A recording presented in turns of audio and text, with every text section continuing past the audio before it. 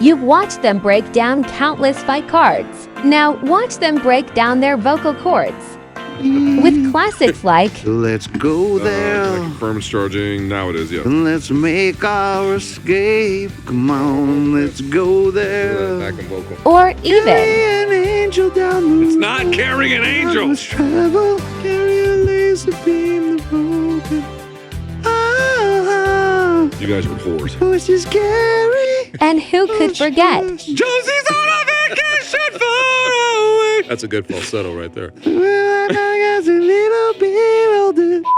We're shooting back-to-back pregame previews. That's a lot of real talk. Luckily, we got a lot of real talk. Luckily, we're a lot of men here, and we're drinking. When we started, he poured me all the way to here. Yeah, we're drinking Tiger Thick whiskey, so Yeah.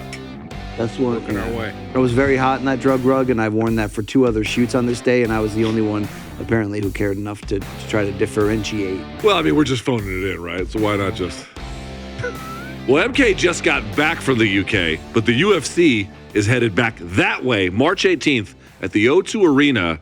It's a big-time welterweight title fight back in London, England, and we're going to talk about it. It's the Morning Kombat 286 pregame preview. That is Brian Campbell. That is the Iceman himself, Chuck Mindenhall, and I am Luke Thomas. This is our second straight pregame preview that we're recording in a row. So Chuck and I are on like third base of this Tiger Cub whiskey over Tiger Thick. Shout out to Brandon Chubb. Yeah.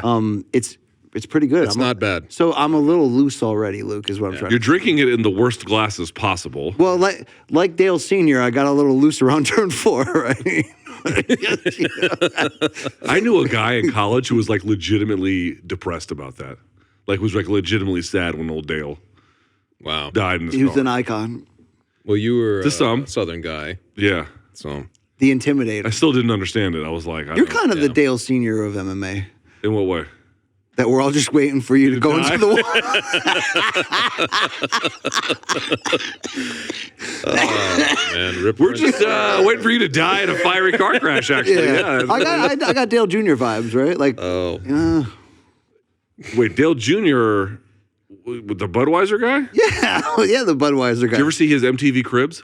Yes. No. He He had had a that nice like place. area out in the woods, like for him and his boy. He had a dance studio, but the deal was because he was sponsored by Budweiser, he could only ever, if he was even going to be in someone's photos in a picture, it had to be Budweiser. Wow. Yeah. Anyway, we're not talking about Americans or car racing or the Earnhards Brock or Lesnar Budweiser. at UFC 100 where he shouted out the other beer. Remember Yeah, when he's Coors frothing? Light, yeah. A Frothing up Coors the mouth. Light. Then he had to apologize for that. He did. Danny got profusely, real bitter at him. Yes. But Chuck, Yeah. the UFC returns to the UK pretty quickly this time. Their last show was not too long ago. Wasn't the size of this one. This is a pay-per-view. And, of course, we'll be at the O2 Arena. Oh, quick disclaimer. What kind of dialogue we doing today? Oh, yeah. Well, it's for the men do or Yeah. the men only or something like that. Wasn't it? For hymns? Is it where we're going? Real talk. I want to see you. Real talk. I want to Real see talk. you. Okay. Okay. What do you You want should to just say your piece. Like, don't throw it to me. What is your sense about we talked about this when we were there recently, but from afar, but again, it's 3 Americans sort of opining here, but it is a largely American business. How is the state of UK MMA from what you can tell on this side of the pond? I felt like it was booming. Was it March of last year when they, that big event? It felt like the Dublin McGregor event. I felt like the country was so behind it. They had all their stars going on. Patty was on it. Molly was on it. Aspinall was it? the Aspinall Blades No, card? that was not the Aspinall. That was the second one in London. But anyways, it had all of the guys competing, and I felt like you could catch the enthusiasm, the passion Through the TV. Through the TV, It was intense, yeah. It was like one of those types of situations. They had another event there that didn't go quite as well, and now we're at this, and I was hoping that this would be the one where we'd see the collection of MMA stars from England all in one place. Mm-hmm. It hasn't really worked that way, but this one fight, to me, makes up for that. It feels big because of what we've seen. I think that Leon, the outpouring from that country for Leon and everything that he's been able to do is huge. So, I mean, just having that one big fight on the card is probably enough. BC? I mean, let's be honest. Aspinall got hurt just when it looked like he could be next, right? Or did he suffer a loss before that? No, that it was was the the one. injury just sidelined Right. him. And obviously, both Patty and Molly Maple had some level of coming back down to earth from where their hype shot out from that one card you mentioned. But, I mean, Leon Edwards did folk hero shit. in head kicking Kamaru Usman in a fight that he was, it wasn't exactly one-sided domination. We sometimes phrase it as that. It was stoppage or you lose. Right. He did take Kamaru down. He probably won the first round based on how you're looking at that, but the timing and where it was, and that's why John Anik's call was the perfect setup about that was perfect. He's not what was the exact quote? Do you remember what John said about Leon? You can never count him out or something along those lines, right? Not of that ilk or something like that. Yeah, and to land that, and the fact that we got another one kind of right after that with similar circumstances at middleweight, you have now England's finest son, only he kind of like accidentally became that. Not accidentally because I'm saying the kick was a fluke, but accidentally because how much did he get sort of dragged and stiff-armed despite this win streak, and how often did we say, man, you know what? Let's go with Masvidal again instead of Edwards finally getting his shot. You know what I mean? It's like anything that could have held Leon back for not being marketable enough, or having the Bilal fight that ended in a no contest, or, not firing back against Jorge behind the scenes at all and kind of taking that.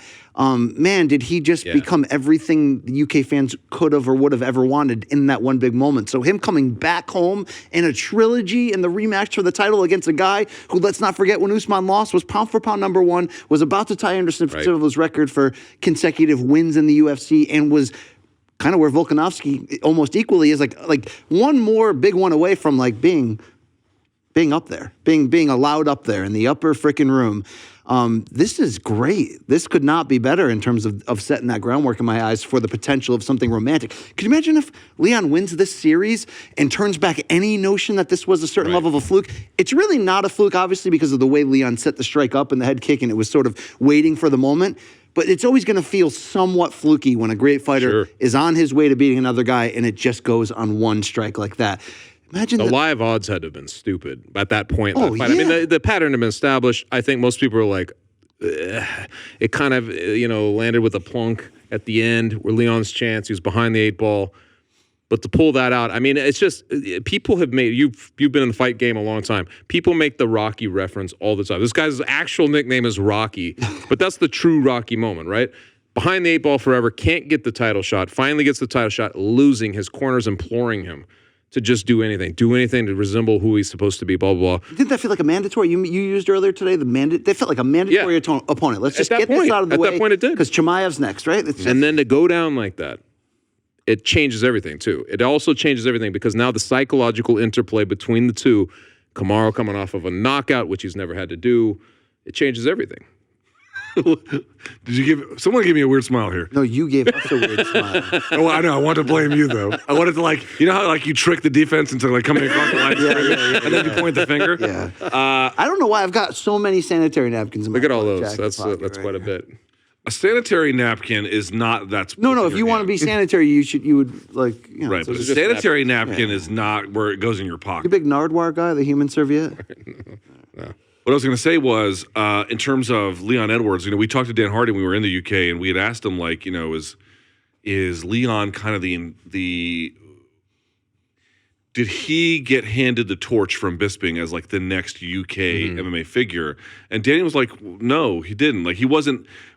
I brought the story before. I talked to someone in UK media, MMA media, a while ago, a big high up person, and they were telling me that this was at the time they were really hoping that Darren Till was going to fulfill that. He was going to, Bisping lost to Gastelum after losing to GSP. They were like, who's the next big guy? They're like, Darren Till, that's the guy.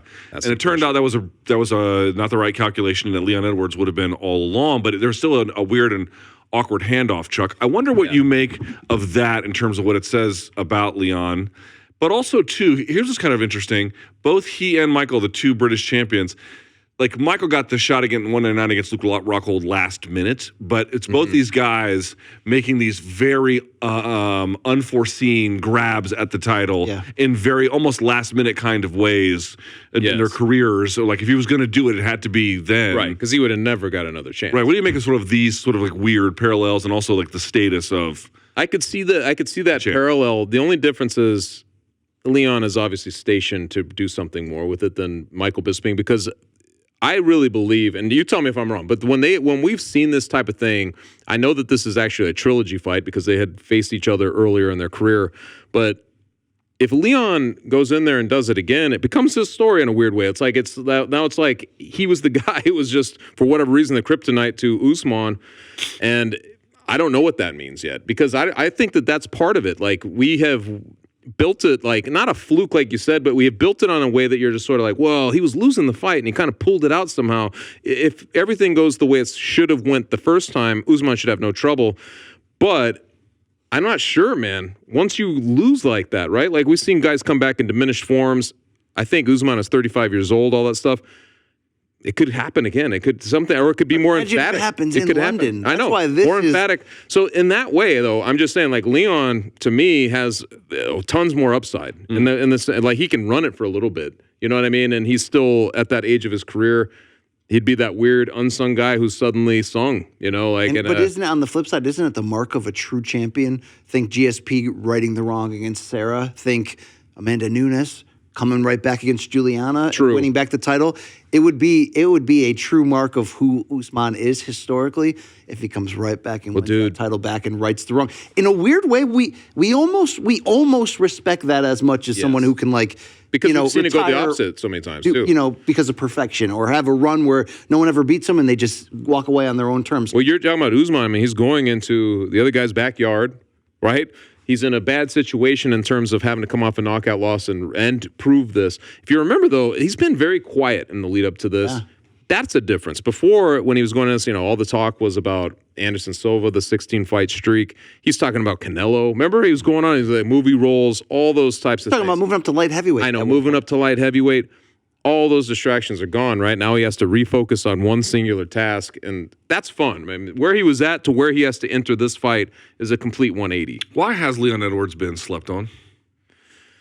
I don't know. I think part of it, he never struck me as a guy. Like, for instance, when the Masvidal thing happened backstage in London, and Masvidal got all the, what was it, 3-piece and soda, whatever it was, got this celebrity, and he had this big victory lap all year. I just felt like Leon was a non-factor in this, like just a non-entity. And I don't know if it's just his personality at this point, if it was a style. I don't know. I don't know if it's just because he was a UK guy and the Americans weren't behind him, you know what I mean? But it felt to me, I remember people calling him Leon Roberts, because they couldn't remember the referee. They would combine those two names, and I'm like, his name's Leon Edwards, that sort of thing.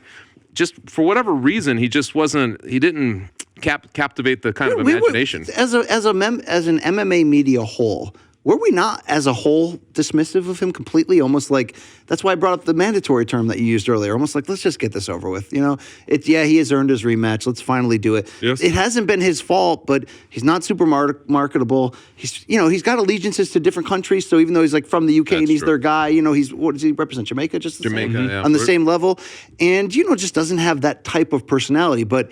That's what made his moment when he finally got it, I think, so much sweeter. Like, it's rare when at this point when we're covering this game for so long, when a victory can feel just so organically pure, where the fan in you is just like, man, yeah. I think because we all slept on it, it made that moment so much better, and maybe raised him to be able to deliver that moment because we all slept on him. Why did we? I think the reasons are pretty obvious. Sometimes in a division, when there's multiple rematches at the top.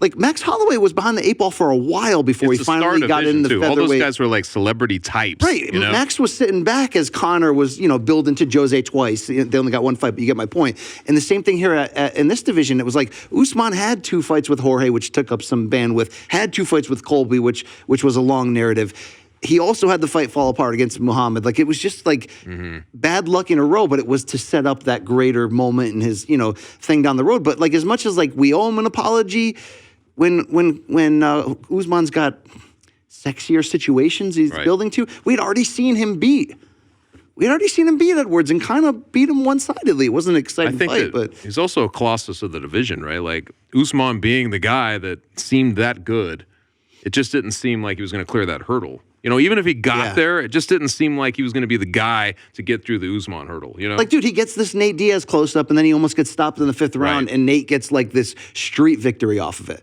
Kind of like, remember when Sergio Martinez beat the bags off of Chavez Jr. in boxing, but because he got dropped in the last round, it was almost like he lost in a weird way. You know what I mean? It's kind of like that same thing. That was his career in general. Like, everything that happened to him, the negative was kind of extracted, or the other point of view was the one taken. Or that's been his career. Just losing time during the pandemic. Yeah, he was supposed to fight Tyron Woodley. That's a good point. Yeah, the March show after the Kevin Lee versus Charles Oliveira card. and the whole thing went up in smoke when they closed all the airports and everything else. I ask you this ignorantly, Luke, because I didn't look at the odds. But do you think we're going to sleep on Leon again and be like, well, that first fight, I did see what I saw, and, you know. Again, Kamaru was winning that fight until he wasn't. Right. You know, and I think what's so interesting about Edwards' career is all these moments that could have been big and weren't. Could have been big and weren't. Could have been big and weren't. And then kaboom. Right. And it was. And it was much bigger than you ever thought possible what he could do. I was awarding him like the possibility like he could pass the smaller test. And then he passes this enormous one, right, that you just couldn't imagine. So it's been kind of remarkable in that way. What you were gonna I was just going to say he's also, I feel like now he's established something that's very strange. Like, it's like the sudden victory, like from any point in the fight. He has an 8-second knockout, you know, which is right up there among the fastest. He also beat Sabata at the last second. Remember, he 1 second left in the fight in a 3-rounder. Like, he pulls these, you know, he does these things that are sort of dramatic in fights. It doesn't seem like he does this, but he kind of does. I think that narrative has to be alive now, that whatever it is. So if Usman's winning, he's not going to coast. You know what I mean? He's not going to do anything stupid down the stretch. You have to remember that he can pull these things out at the end now. I mean, it's just kind of a pattern we've seen him doing at this point, right? I still think he'll be. I haven't looked at the odds, but I believe that Usman will be favored to win. Okay, we were just in London, and to be fair, as much as I felt the combat sports energy there, and it was great, our fans at our live show, tremendous, it's still a boxing country. It still is. It is. Okay? Yes. Is UFC in error, what am I trying to say? Are they erring by not putting this in a soccer stadium, given that they've built that foundation already with Anthony Joshua, with Tyson Fury? I mean, dude, Tyson Fury, Dillian White got, what, 94,000 people there? You couldn't get that with... I'm not saying you can get 94,000, but Carl Froch and George Groves twice did 80K in Wembley. So could they have put this in a soccer stadium to really give it that feel and sold 50,000 tickets? I don't know what soccer stadium was going to hold 50 in London. They would all be big. No, I don't think so. I just don't think you can turn water into wine. I mean, he is as popular as he is, which is I'm sure much more popular there than here, but not. He's not. But didn't they sell out those last 2 times in London in like an hour? Like just ridiculous. Yes, and the prices were very high. I mean, I'm not saying they couldn't do it. Like if Patty was on the card, that's or something, you could probably get away with it. But without him, it's a little bit harder of a pull. But I was actually just thinking about this. If you think about what are the most significant British victories in MMA that actually took place in England. So one would be Ian the Machine Freeman upsetting Frank Mir. Wow. That was a big one. Frank Mir was expected to go in there and just fucking roll, and Ian beat the shit out of him.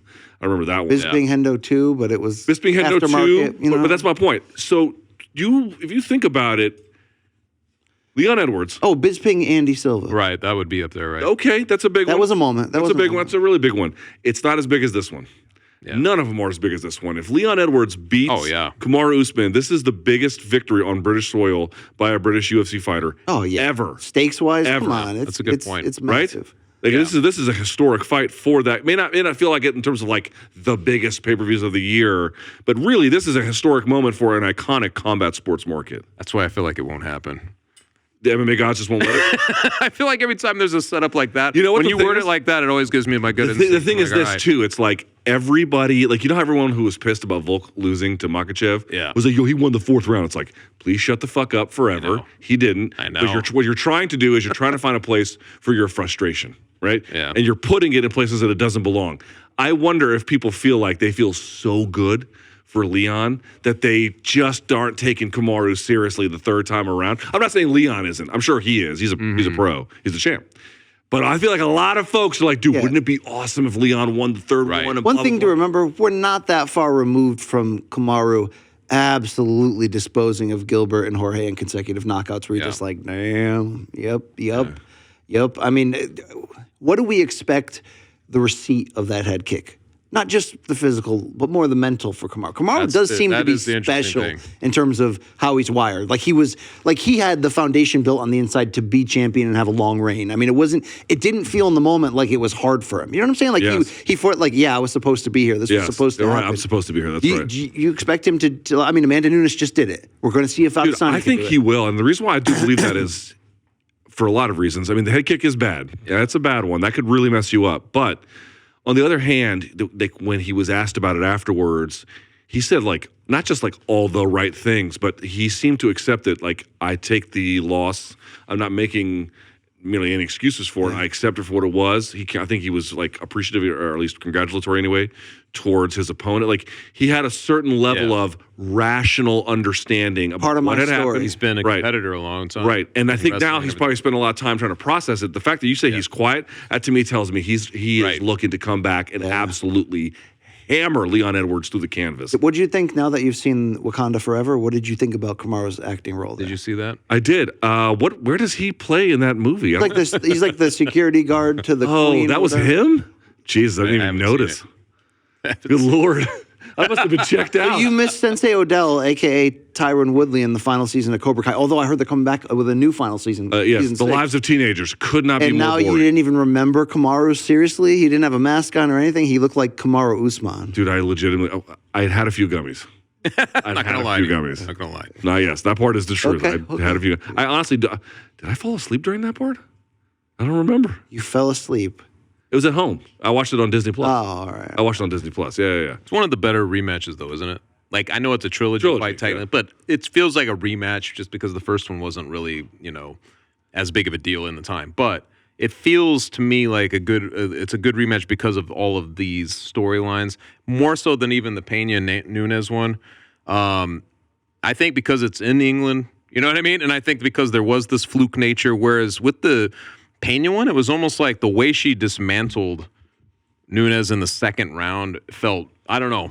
You weren't sure what to think of that. Like, is this just emblematic of like... I feel like when you're playing a video game season in a sport and they have those FU games that you just can't win, like the computer will not let you do that. That's how it felt. And you're just like, this is rigged. Like this you is saw the rigged. wheels coming off. Like the whole thing was just such a crazy thing. But I don't know. It just has... I love this type of psychological thing where you have a champion who'd been winning, who's like thinking broader than just his station in MMA. What else is he going to do historically? Now has to come up from the other angle. I love this sort of setup, man. Dude, if Kamaru loses this again, where does he go from That's a there? good question. Right, because he was so close to literally becoming an all-time great, like almost demanding a seat at the table, and maybe considering a second weight division, especially with Izzy having lost his belt. Who knows, right? What still could happen. But you're right. If he loses it, then it's like that's your guy that got you at the end, and you're one of the greatest champions we've had, but you're sort of in the group now. So this has a weird element of like Kamaru can erase it with a victory to the sting of the loss. He really can, You can't win back that win streak, no, but you can really put things back in order. But it becomes a blip in the road, like that type of thing, right? Like it just becomes like part of it. Everybody has that too. All the guys who are very good have some point where they just didn't, win or whatever. But or maybe like John Jones had those where you got the close decision win, but people are like, man, you slipped or I don't know. It gives us a chance at a great storybook ending either way, and I love that. It's rare. It's rare heading into a big fight where you're like, man, I that T-shirt that I hope both teams play well. It's like I don't care who wins. I just, it's like that. I kind of just want to see I want to feel something coming out of it. Okay, but what happens if Kamaru wins? Right, and wins authoritatively, like the head kick never happened. He's back in the pound for pound discussion. It's like welcome back in along with Islam and Alex. Like welcome back. Yeah, because then I think it overshadows. Honestly, if he goes right through Edwards, you would then look at the second fight, I guess, differently. You'd be like, well, he was dominating most of that fight too, and the rematch, I think it starts to shade over the loss, So I think so too. I think he would just be right back in it, and it's kind of business as usual, right? See, I don't know if the MMA gods want that either. I know that is a point. You know what I mean? That also sounds too comfortable. Yeah, too predictable. That's a good point. So this thing's going to end in some kind of controversial draw or disqualification or something. I think I believe that I'm not sure. I believe the math on this is right. I think Kamaru will be 36 2 months after this fight, roughly 2 months. So he's almost 36 years old. So win or lose.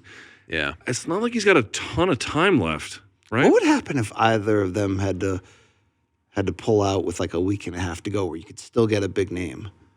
Bilal? Would you do without? Would you do that, or would you kind of do something crazy? I don't know. I thought that for a second. I don't know. I mean, I don't know. In the event of a 9-day away injury, I don't. It's a great question, BC. And by great, I mean terrible. Thank you. We can move on with the show. Truly, I mean terrible. Okay, how about that? Would be devastating though. Have Bilal step in. I know London card like that. That would just not be. It would not be the ideal situation. All right, co-main event is an interesting one. Kind of a number one. Well, I don't know what it is exactly. So maybe you can tell me. It's an action fight that rules. It's an action fight. It is definitely an action fight when Rafael Fiziev takes on Justin Gaethje. Holy smokes! I mean, Chuck, not a lot to dislike about this one. When I ask you what you like about it, what would you say? That they're both kind of berserkers when it comes down to it. I mean, they're going to go right at it. And I feel like anything that this is just Justin Gaethje. I would have said years ago that he couldn't maintain, that it wouldn't be sustainable for him to keep fighting and staying relevant to a title picture the way he fights, because it's just, there's not a lot of self-preservation, and it's just the way he fights just leaves himself open to these wars, and guys just can't keep doing it. But here he is, and I mean, honestly, like, I think he's one of a kind, one of one type of guy who can do that, like, just fight after fight. So I don't know where I view him at this point in terms of the title picture. Maybe you tell me. I don't know. Like, I know that he's had a couple of losses recently, but they're great fights. I don't know where. Well, I've come back to earth on him. I had him still in the pound for pound before the last title loss. Okay. You know, like without a title in the top 10, because I mean that run he had to kind of figure it out, right? Put the extreme action part of him away and just focus in on being the best he can be. It was wild and crazy, but man, when he got to the title level, outside of the truthing angle that maybe he was one kick away from putting Khabib in peril, maybe one more. Maybe. Outside of that, dude, he laid an egg, I thought, in the title fight. Is that too harsh, the second one against Oliveira? Is that too harsh? I mean, you know, he landed shots early, and you can land on Oliveira, but I just feel like he got exposed on the ground in both losses, like, surprisingly I mean, I can see that. Easily. So is this fight, is the biggest thing I want to learn from this fight is where exactly is Gaethje? Is he just aging action hero now? So let's just, this great generation of him and Poirier and all those other guys, should we just keep fighting each other? Or does he have one more run in him? I think some of it is situational matchup-wise. And situational matchup-wise, this could either go really, really good or really, really bad for him. But he's not going to be taken down and exposed and submitted here.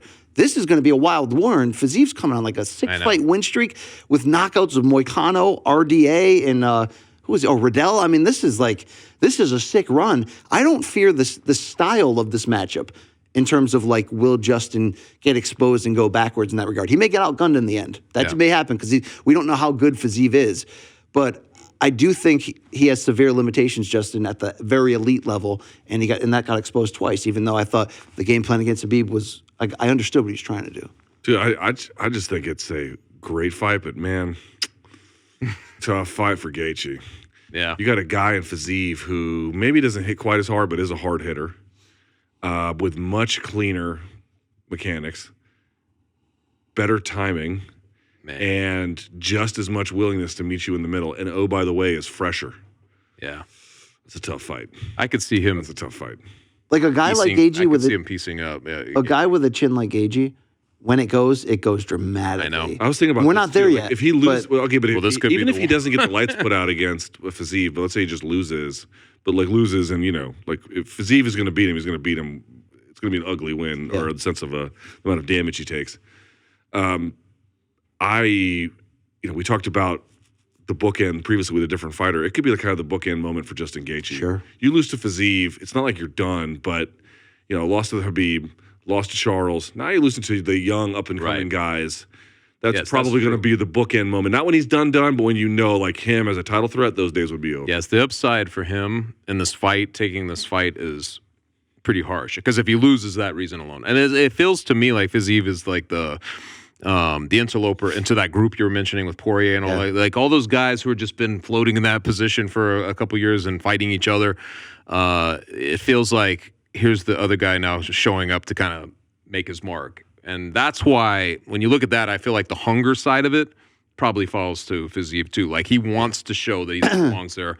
And if you look at his, like, Twitter and stuff like that, man, the way he sees things and what he's doing, savage. I know he's going to show up, dude. I mean, I know he's going to show up. He beat up RDA. Like, that was hard. Yeah. That was kind of hard to see happen. RDA had some moments in that one too. Like, Gaethje's probably going to have some moments as well. Gaethje's going to have a shot. That's the thing. Gaethje can win this fight, I think, style-wise in a war without necessarily regaining all this, like, could he win the title again? I think, win or lose, Gaethje's probably who he is right now. He's an aging gunslinger with certain huge superlatives, the ability to knock you out, the ability to take incredible punishment. But he's not going to get any better here. He can win this, but he's got to kind of wear down. He's got to get into a war with a dangerous guy and wear him down, and there's almost got to be a legitimate hole in the armor of Fiziev, right? Like a spot in the Death Star we didn't see, you know what I mean? To get him into a war and he gasses out, which I don't think will happen. But outside of that, skill for skill in terms of momentum, yeah, this could be a tough night. Felt like... Could be a tough night for Gaethje, no question, man. It always felt like if Gaethje was on the ledger, like whoever was fighting him was going to have to go through hell,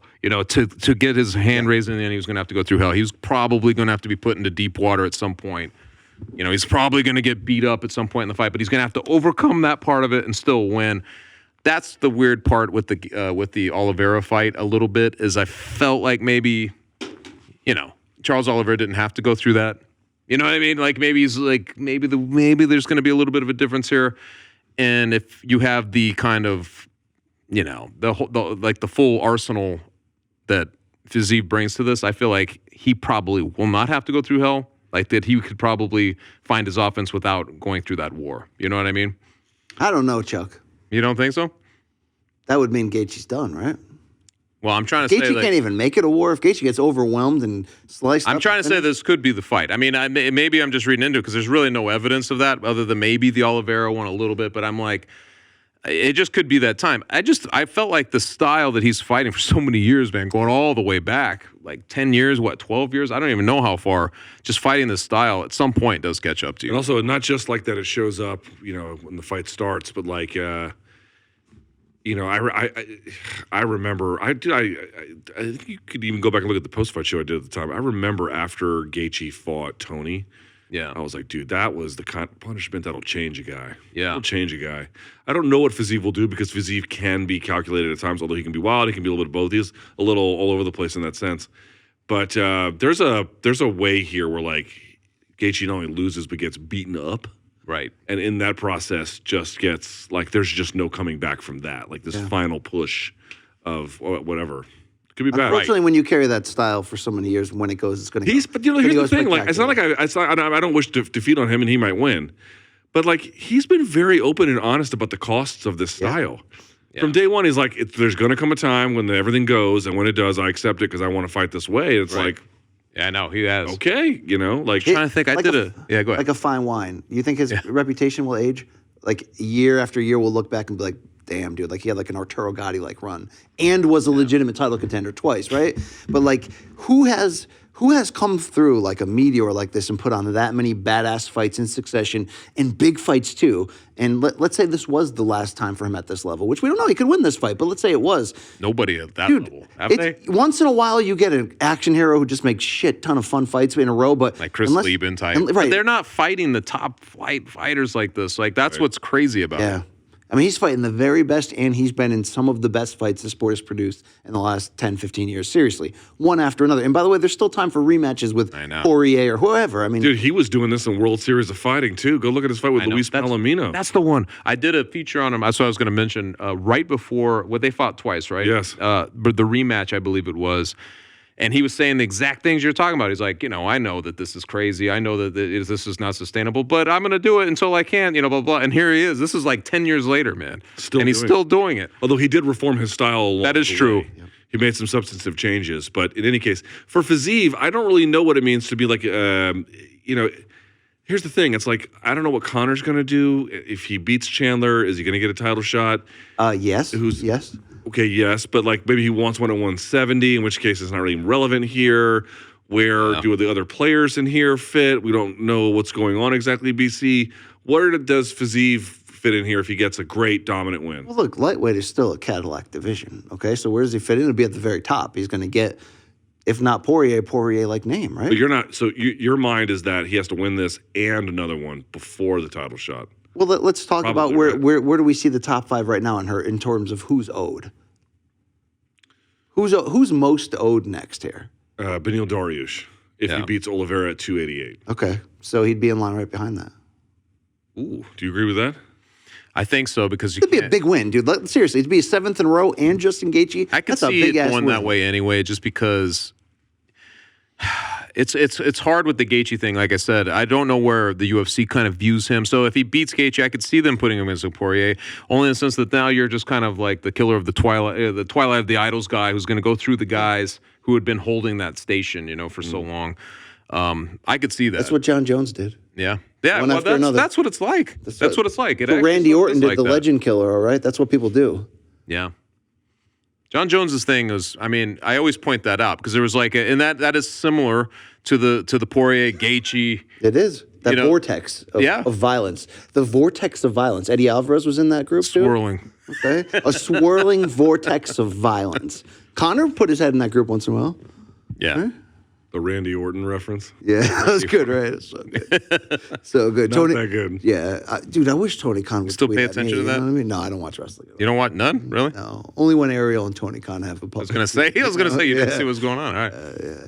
You think Ariel can win the 24/7 title? Peter Rosenberg did once. I don't know what the 24/7 title. All right, back to this, Luke. Back to this. Oh, is that the one that Bad Bunny had? Yeah, it's the one where like if you could just pin somebody from behind and surprise them and a referee's present, you win the title. You know, so you can like go in the bathroom or while they're sleeping or whatever. I mean, it's stupid. Is the 24/7 title? Is this a prestigious title? No, it's like the entry level whore title. It's like you're it. Like if you're a celebrity and you're walking through that day. Tag 24/7 champion. It's like that. Yeah, that's real stupid. Yeah. Pro wrestling's pretty stupid. Do you watch pro wrestling? Oh my no, God! No. I don't. But occasionally I do because I have a son who watches it. So not all the time though. But I could tell you at this point. You got a son who? How old is your son? 12.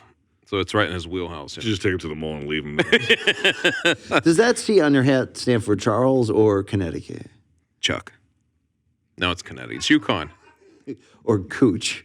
Yeah, right. If you don't come in here next time with a hat that says Wine 'em, Dine 'em, 69, I'll buy one. You're not allowed. I will find that. I will find that. The card has some other features on it. Speaking of horned up people, BC Roman Dolidze is on this card. Oh, wow! What are you trying to say here? Taking on Marvin Vettori in a middleweight contest. Fight. It's actually a very good. How about this? Roman Dolidze all of a sudden 12-1 his record. Dude, them matching him against Vettori, who like not that long ago fought for the title, is showing you that like they believe this could be the next hand. Yeah, and you would have reason to also believe that based on his recent run. I mean, you know, since Cheyenne came into his life, things have really started on the upswing. Luke, he's a savage finisher. How well rounded is he? Because if he beats Vettori, you're in the larger title. Yeah, discussion. Vettori is such a great test because he's such a physical presence at 185. Doesn't have the best boxing, but it's good. Doesn't have the best wrestling, but it's good. Sturdy. Has fought the very best. He went the distance with Whitaker. Went the distance with Izzy twice, and took some rounds from him. Like, you know, he's sort of. It's interesting, right? Because I know the Fertittas were really big on Vettori being from Italy, and they want to move into that market. And I feel like Vettori is very good, but hasn't quite rounded off his game to get to that next level. All of a sudden, Dolidze comes out of here, starts beating people, including but not limited to, what's his face, out of Norway / Hermanson, Jack Hermanson. He beats the living shit out of him, and you're like, whoa, what are we doing with this guy? This is that was the eye-opening moment. I mean, right? I mean, that to me, I thought that's where reality sets in for that guy, to be honest. So this run is pretty good. And honestly, man, because Vettori has been linked into these big fights at the top of the division, I feel like this is a fairly visible moment for him to truly get across. But Vettori's at a weird crossroads. I tried to eloquate this point on Morning Kombat in the past, and I think I came up empty, Luke. But here's what I feel about him. He's very well-rounded, as you said. But sometimes that's like warning track power in every category. So when he goes up against the very elite, he tries to fight too much like a very elite fighter and then ends up just kind of gets out-techniqued or outgunned. Do you need to see a little bit more of the berserker come out of him? But then again, in this matchup, you're like, that's going to play right into what Dolidze does. How does Vettori find another gear to get back to the title? That's really up to him. I can't define for him what his style should be. He's got to be more dangerous offensively. There's no denying he's a jack of all trades, master of none is really his problem. He's good at just about everything. He's not great at really anything. Like, what's his best punch or strike? I don't know. Right, exactly. Like, there's nothing. Like, it is true. To borrow from pro wrestling, like, you can think of a couple of signature techniques from everybody. There's this technique that everyone who's a great champion stands out in your mind. With Vettori, he's big and he's good and he's in there, but like nothing stands out in a huge way. Right.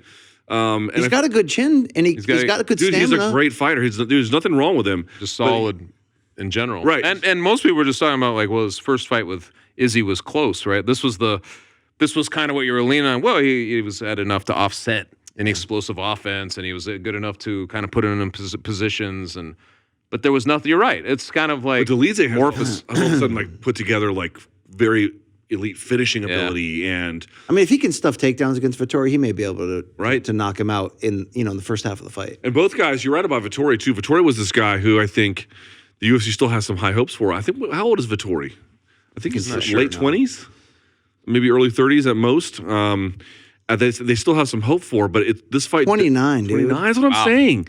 The guy is young, but like, and he was with King's MMA for a long time. They did a great thing with him, but like, it's clear he's looking for a leveling up.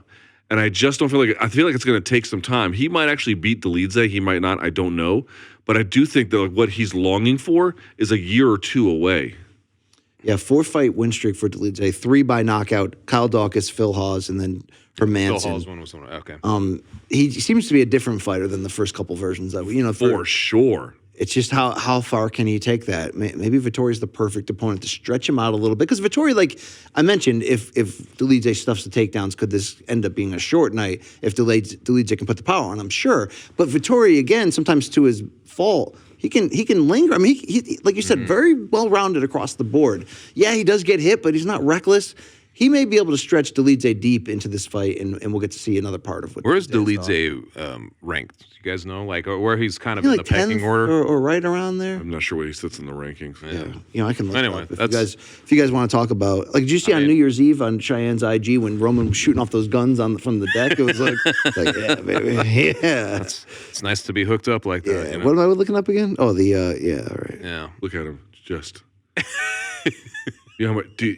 You know he told me when we were in London? Fast sniper, though. Do you know he told me when we were in London? This is true. He's like, dude, I have watched an unhealthy amount of It was not a conversation. That came out of that guy, okay? He told me, I was like, dude, that's a lot of pornography. Because there is a healthy amount, and then there's the unhealthy amount. All right, as we speak right now, Roman is ranked 8th.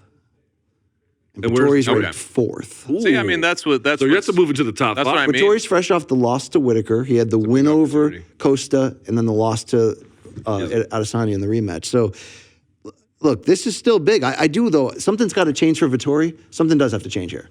So maybe that's a deeper commitment to try to take him down and just. I mean, you got to run that pace up. You got to try to expose Dolidze in some form, right? Yeah. You certainly do. All right. Also on this card, we see women's flyweight contest. So your pants are around your ankles. When Joanne Wood takes on Luana Carolina. More of a strawweight division fan. It's more parody. But no, this division's coming on. I don't have tweets at me here. I'm going to get included in the tweets again. He's like, I give this fight 4 boners up. It's so unnecessary and unfair, to be fair. But Chuck, I don't consider this matchup offering me much in the larger 125 title discussion, or that, like, hey, 125 doesn't suck anymore. It's pretty good. Is someone going to come out of this and make some noise? I don't think so. No. Wait. It's Joanna Wood and I'm sorry. Luana Carolina, who I think is Panamanian. Yeah. Yeah, it's a terrible Joanna, it's a terrible fight. Okay. Joanna Wood. It's Joanne. Joanne, yeah, sorry. But ends up on these fight cards almost like the Strikeforce fighters used to, just she's Scottish. I know, that's what I mean. Yeah. But it's like, all right, well, we got one going in that region, throw her on the card. That's kind of how it is. I'm not trying to be mean. Right. She shows up on these cards. Interesting welterweight main. Right. So the other one is, it was supposed to be a fight between Gunnar Nelson and Daniel Rodriguez. Rodriguez is out. Brian Barberena is in. Could it be Gunnar? Could be Gunnar. You're a goon. Do you think it was Gunnar's fault that Conor didn't fly from Iceland to Vegas and then he got dropped from 200 and then he did the thing about the cheddar and What? Are you talking? Chuck knows. You got me, Chuck. One day, Luke, when we break up and flame out, and then I'm like living in a van down by the river for real. Yeah. Chuck's gonna write one of these awesome Where Are They Now features on me, and it's gonna be awesome. It's not gonna be awesome. It's already in the hopper. Dude, you're definitely. You're going to die of fentanyl poisoning. How dare you? That's wow, all right. It's not a great death, but I think there's one other fight that I care about. Gunnar Nelson, Brian Barberena is the one that you were talking about. That lost a little sex without D-Rod, to be fair. He has the win over Takashi Sato, Gunnar Nelson, but he hadn't competed before since 2019, so hard to really know what is up for him. Yeah. So for the rest of that card, Jack Shore taking on Makwan Amirkhani. Yeah, Jack Shore's got to bounce back that first defeat, right? Definitely does. And then, how about Mohamed Mokayev? Oh, yeah. Taking on Jafel Filio. Look, is he the future at flyweight? I love how they bury him. He's looked good in terms of positional control, and then had like 0 ground and pound. Yeah. So he's so young. Let's all take a step back and 21, 22. Yeah, 21-ish. So let's just okay, he'll be fine. But he has some work to do. This is why I always tell fighters, man. And he had a lot of amateur experience, so he's a little bit different. Yeah. They're giving him a good slow escalation. They are. There's no reason to rush him 100%. into anything. Jai Herbert is going to take on Ludovic Klein. Jai Herbert was the guy who got sliced in half by Ilia Topuria And then Juliana Miller taking on Veronica Macedo, Veronica Hardy. So for Veronica Hardy there, she's been out of the game for, is it like 3 years? It's been like a really long time. Interesting fight for Killer Miller. This is her official UFC debut after looking good on the Contender Series. She's very aggressive, Luke. Or was it the Tough that she won? Which one was it? One of the two. Had to have been one of those unwatched shows. I'm going to watch that fight, and I like it. So apparently I'm alone in that regard. The card itself, I will watch it alone. The card itself had 2 strong fights at the top. Not as good as the 285 card, I would say. I think 288 is a good card. 287 is a decent card. This one's okay for the UK. I think they would have loved to have Patty, but it just wasn't in the card. You think Conor will ever fight in the UK? Man. And I'm not doing a bit with Northern Ireland. I mean, no, I know. I know they want him to fight. If he gets out of his UFC deal, like later on in life and boxes or something, then sure, he might fight there. But outside of that, Saudi Arabia. Or Saudi Arabia, yeah, exactly. Get some big, but he doesn't need that money either, too. He's made a bunch of money from whiskey. That is true. Whatever. But it should be a fun one. The huge stakes for the welterweight division. Who will defend it? What's it look like? On March 19th, or excuse me, March 18th. Remember it was when Deontay Wilder said that he what did he say? I speak it, I believe it, I see it. I speak it, I believe it, I see it. I used to play that sound on my podcast all the time. It's part of his visualization practices. Yeah. I may have birthed an idea into the ethos, right? That you're looking at MMA's new A team. I like that. Bitch. Luke, I've said it enough times now, and we've outperformed enough times, right? The three of us. I mean, do I cut Chuck off at times? From time to time. Yeah. We have like an OJ Ron Goldman relationship in that regard, right? Just constant. He's bringing you back your sunglasses and you're just stabbing him in the face. All right, just cutting him right off, Luke. What I was going to say is, like, are you ready to walk in that? You know what I mean? Like just wear that, like put that on like it's a jacket. The MMA A team, it's back, and it's the three of us motherfuckers right here, okay? Dude, what's going to get me home? Whatever is powering the train or my bovine levels of gas I'm going to expel from here. Sorry, sir, we won't need Washington, D.C. We won't need diesel or any coal. I've got methane. We'll be running on that exclusively. Man. By the way, how is this a fat guy move or a smart guy move? This guy bought Taco Bell I saw that for the train home 2 hours ago, and he's so weird that whenever he gets like Uber Eats, he lets it sit until it gets cold. Yes. Well, would you grow up in jail? Like, what, like, you know what I mean? Like, what? The answer is yes, by the way. And it's both. It's both of them. The problem is, here's what ends up happening is BC is like, listen, you guys got to hear the story about the skin tag on the back of my balls.